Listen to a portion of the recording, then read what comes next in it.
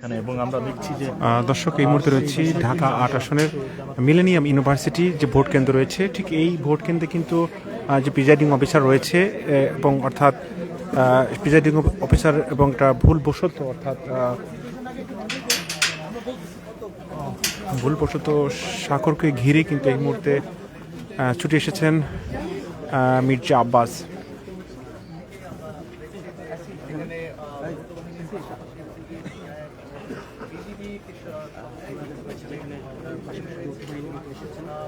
দর্শক এই মুহূর্তে দেখছেন যে যৌথ বাহিনীর একই সঙ্গে যৌথ বাহিনীর অভিযানও রয়েছে। পুলিশ সেনাবাহিনী এই মুহূর্তে ঠিক এই অর্থাৎ ঢাকা ৮ আসনে মিলেনিয়াম ইউনিভার্সিটি যে কেন্দ্র রয়েছে সেই কেন্দ্রে অবস্থান করছেন।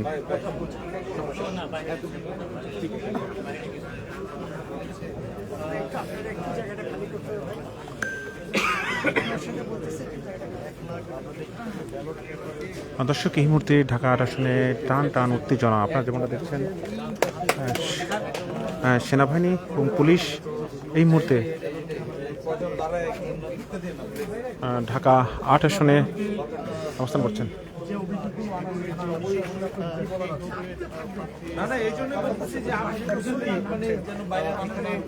প্রিজাইডিং অফিসার রয়েছেন, আমরা একটু তার সঙ্গেও কথা বলার চেষ্টা করব। সহকারী প্রিজাইডিং এবং পুলিং অফিসার একটু 16 জন আমরা জানতে চাবো যে আমরা একটু সরাসরি সম্প্রচারে আছি। 16 জন বলবেন যে এখানে মূলত কি ঘটনা ঘটেছে? 16 জন আমরা হলো আইডিয়াল স্কুলে প্রশিক্ষণ নিয়েছি, কিভাবে আমাদের ব্যালট পেপার বৈধ করতে হবে, কোনটা অবৈধ করতে হবে সেটা আমাদের প্রশিক্ষণ দিয়েছেন। প্রশিক্ষণে বলেছেন যদি এটা মার্কা যেটা আছে ওইটার উপর যদি পড়ে তাহলে এটা কাউন্ট করবেন, আর যদি কোনো চিহ্ন দুইটার মধ্যে অর্থাৎ 50-50 হয় তাহলে এটা অবৈধ। আরেকটা জিনিস হলো যদি কোনো খালি জায়গায় কোনো চিহ্ন নাই ওইখানে যদি তারা সিল দেয় সেটাও অবৈধ। সে আলোকে আমি ভোট গণনা করছি, এটাই কি আমি সেভাবে রেজাল্ট তৈরি করছি, সেটাই আমার ভোট। স্যার আপনি তো বললেন আপনার মতো, আপনি তো প্রশিক্ষণ প্রাপ্ত, যেহেতু তো আপনি তো রেজাল্ট ভাই আপনি একটু এসে বলেন, দেওয়ার আগে আপনি একটু এসে বলেন এজেন্টের সাইন নিতে পারেন না? এটা কি নিতে পারেন স্যার?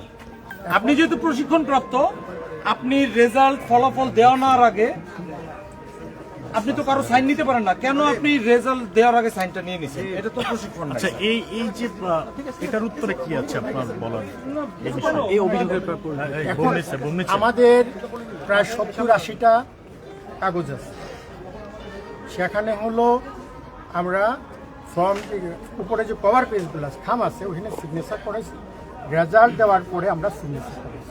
এখানে আরেকটু জিনিস ইনক্লুড করতে চাই, যেহেতু আপনি বলতেছেন আপনাদের এখান থেকে কিন্তু যখন মোবাইলগুলো নেওয়া হয়েছে, সবার মোবাইলগুলো নেওয়ার পরেও কেন আপনাদের থেকে একজন লোক মোবাইল নিয়ে বেরোবে, কথা বলবে, আবার যেহেতু মোবাইল নেই, মেয়েদের যখন ওদের টয়লেটের প্রয়োজন হয়েছে, যেতে চাইছে, মোবাইল তো ছিল না, তখনও আপনারা তাদেরকে যেতে দেন নাই, উল্টা আপনারা কি করলেন যে আজকে রাত 3টা পর্যন্ত হইলো এটা করতে হবে, তাহলে আপনি সাইন কেন নেবেন? এটা তো কোনো রুলস রেগুলেশন না। আপনি একটু বলেন তো কি হয়েছিল, একটু প্লিজ আপনি আমাদেরকে বলেন, শুনেন।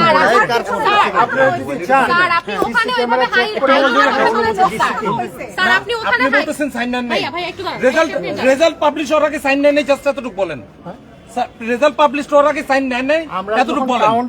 কাউন্টিং করি তখন আমি একটা কোশ্চেন করছি স্যার, এটা আনসার দেন। বলেন স্যার, আমি আপনাকে একটা কোশ্চেন করছি যে রেজাল্ট পাবলিশ হওয়ার আগে আপনি সাইন নেননি, জাস্ট এতটুকু বলেন, yes or no. Result publish হওয়ার আগে ওদের সাইন নেন নাই, কাউন্টিং করি তখন হলো খামের উপর না কেন নেবেন? তখন কাউন্টিং রানিং অবস্থা কেন নেবেন? এন্ড অফ দ্য টাইমে যে সাইন কেন নিলেন আপনি? এটা তো আপনার রুলস নাই, এটা অ্যানসার দেন। এভাবে করতে পারেন না আমি স্যার। পুরো ঘটনা ভাইয়া আপনাকে একটু একটু বলেন তো, আপনি বলেন তো কি হয়েছে। আমি একটু কথাটা কিভাবে ক্ল্যারিফাই করি।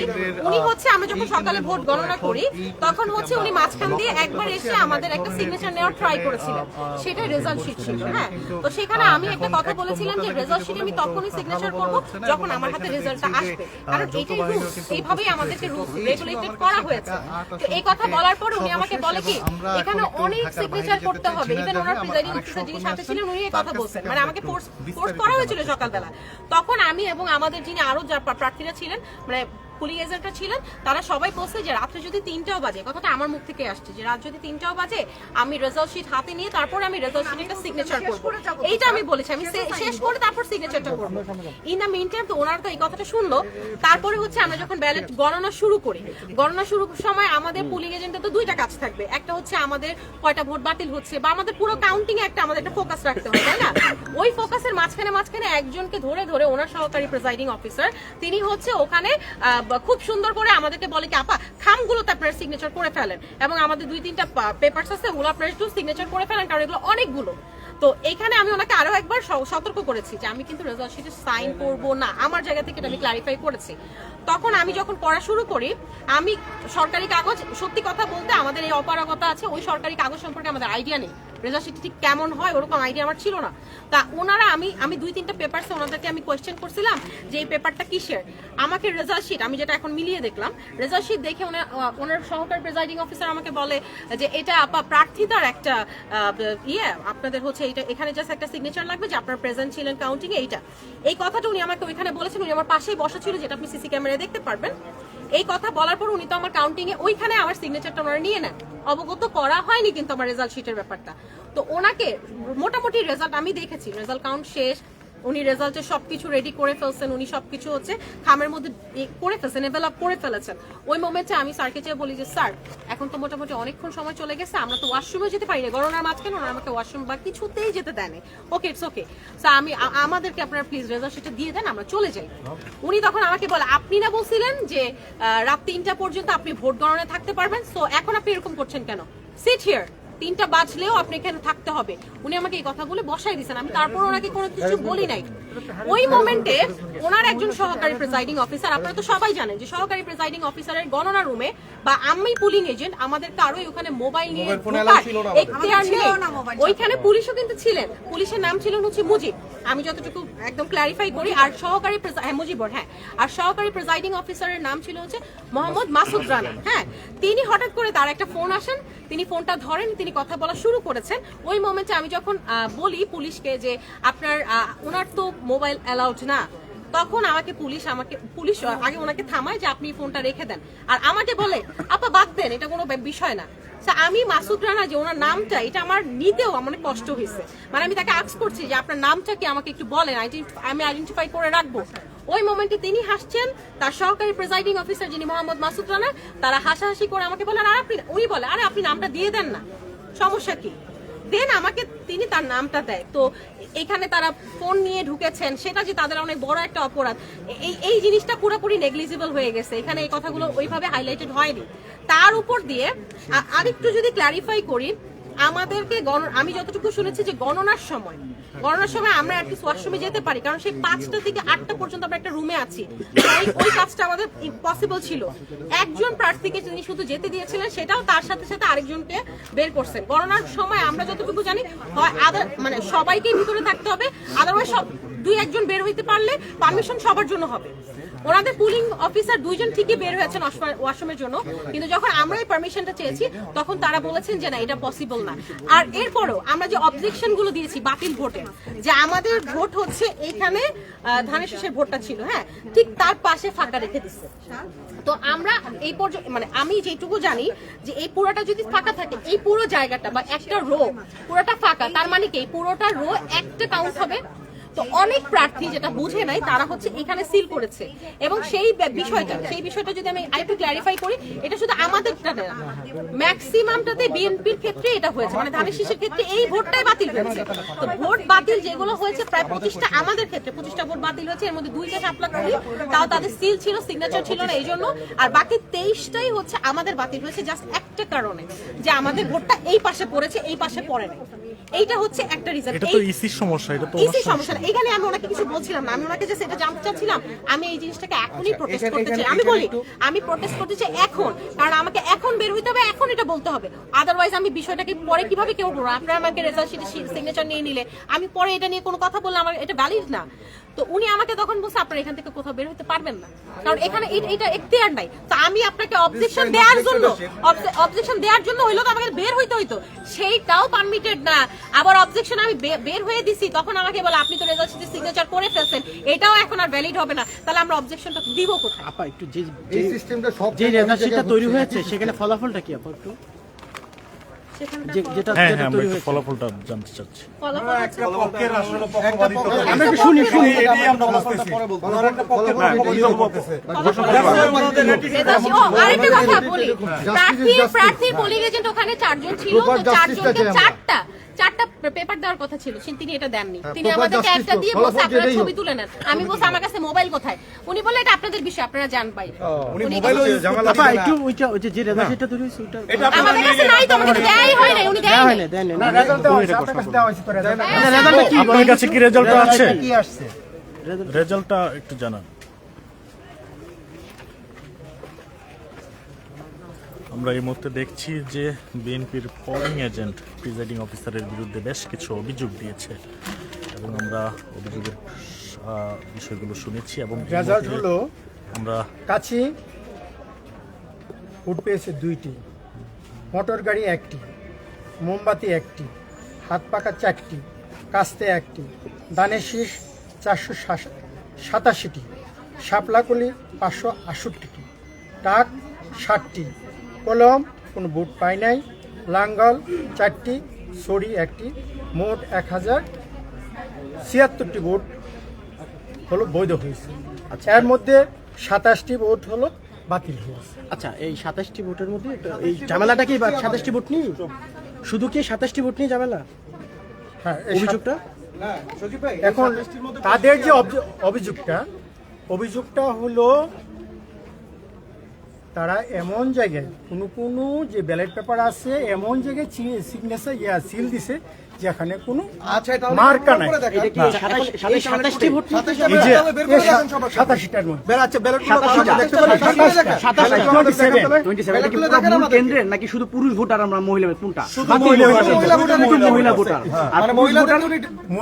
আরেকজন হলো পুরুষ ভোটার প্রিজাইডিং অফিসার আরেকজন, আমি একটা স্যার আপনি মহিলাদেরকে পার্সিও করছেন, দ্যাটস অল, আর কিছু না। আরেকজন প্রিজাইডিং অফিসার আছে, উনি ওটা বলতে চান। 27টি বাতিল ভোট নিয়ে এখন আপনার সাথে এখন 27টা বাতিল ভোটের মধ্যে 25টাই দানের শীষের প্রবলেম। আচ্ছা এটি বাতিল ভাই এখানে ব্যবধানটা হলো শাপলাকলি আর হচ্ছে শাপলাকলি পেয়েছে হলো 568টি, আচ্ছা আর দানের শীষ পেয়েছে 487টি। এখানে দেখেন ডিপার্টমেন্ট। আচ্ছা এই যে 27টা ভোট বাতিল হলো, বাতিল হওয়ার রিজন কি বক্সের বাইরে সিল পড়ার কারণে? সাদা জায়গায় তারা সিল মেরেছে। তাহলে তো বাতিল হওয়ার কথা। হ্যাঁ, আমাদের যে প্রশিক্ষণ দিছে নির্বাচন কমিশনের লোকজন আমাদেরকে যে প্রশিক্ষণ দিছে বলছেন যে সাদা জায়গায় যদি সিল পড়ে তাহলে এটা কাউন্ট হবে না, এটা বাতিল বলে গণ্য। সাদা জায়গা বলতে আচ্ছা এখানে অন্যান্য প্রার্থীদের লোগো ছিল, লাস্ট লোগোটা ছিল ধানের শীষের, বাকি এখানে আরেকটা পাশের লোগো ছিল, বাট ধানের শীষের পাশের যে লোগোটা এটা হচ্ছে পুরো ব্ল্যাঙ্ক ছিল, একটা ঘর আঁকা ছিল। এখন এখানে 65 ইয়ার্স এর যে বৃদ্ধ আসছে ওনারা কিন্তু এত অভিজ্ঞতা নেই, কারণ এর আগে কিন্তু আমরা অন্য ভোট দিয়েছি, অন্য কেন্দ্রে হয়েছে, অন্য কেন্দ্রে এটা হয়েছে, ওইটাতে সিল মারছে ওনারা, এটা ওনারা অবৈধ করে দিয়েছে, এটা হচ্ছে ওনাদের আরেকটা যে পুরুষ কেন্দ্র, হ্যাঁ পুরুষ কেন্দ্র, সেটা কি আপনার অভিযোগ আছে? পুরুষ কেন্দ্র তো এমন আছে, সেম প্রবলেম, অভিযোগটা আছে আপনাদের? বলেন প্লিজ। আমি তো ব্যক্তিগতভাবে বা কোনো আইন তৈরি করি না, নির্বাচন কমিশনার যে আইন তৈরি করছেন সেই আইন মতে আমাদের যে সিদ্ধান্ত নেওয়া দরকার সেই সিদ্ধান্ত আমি নিয়েছি। আপনি আপনার ঊর্ধ্বতন কর্মকর্তার সঙ্গে যোগাযোগ করেছেন কিনা এই বিষয়টি নিয়ে এখন পর্যন্ত? আমরা যখন রেজাল্ট তৈরি করেছি এ ব্যাপারে কারোর সাথে আমি না, এখন যে জটিলতা তৈরি হয়েছে, না, সে এখনো কথা বলে নাই। সে তার পার্সোনাল opinion, personal decision নিচ্ছে। প্রিসাইডিং অফিসার হিসেবে আপনি আগে কেন সিগনেচার নিয়েছেন? এখানে আসার পরে লোকজন উনি ওনার পার্সোনাল ডিসিশন এখন পর্যন্ত আছে। উনি এখনো কারোর সাথে যোগাযোগ করেনি এই বিষয়টা নিয়ে। উনি ওনার নিজস্ব opinion, নিজস্ব ডিসিশন এখন পর্যন্ত আছে। আসেন একটু ভাইয়া, একটু সামনে আসেন। সামনে আসেন ভাইয়া, ভাইয়া এটা দুইজন মিলে একটু সামনে আসেন ভাইয়া, একটু সামনে। আচ্ছা আপনি তো আমাদের দেখানো যাবে। আচ্ছা স্যার, আপনার সাথে আমার দুইটা কথা। আপনি আমাকে বললেন বৈধতা প্রার্থীর জন্য আপনি আমাকে কিছু রুলস দেখাইলেন। আচ্ছা, আমি আপনাকে এরকম 3টা উদাহরণ দেখাইলাম স্যার। দেখেন এখানে হলো রুলস। আচ্ছা আচ্ছা, আমি একটু clarify করি বিষয়টা।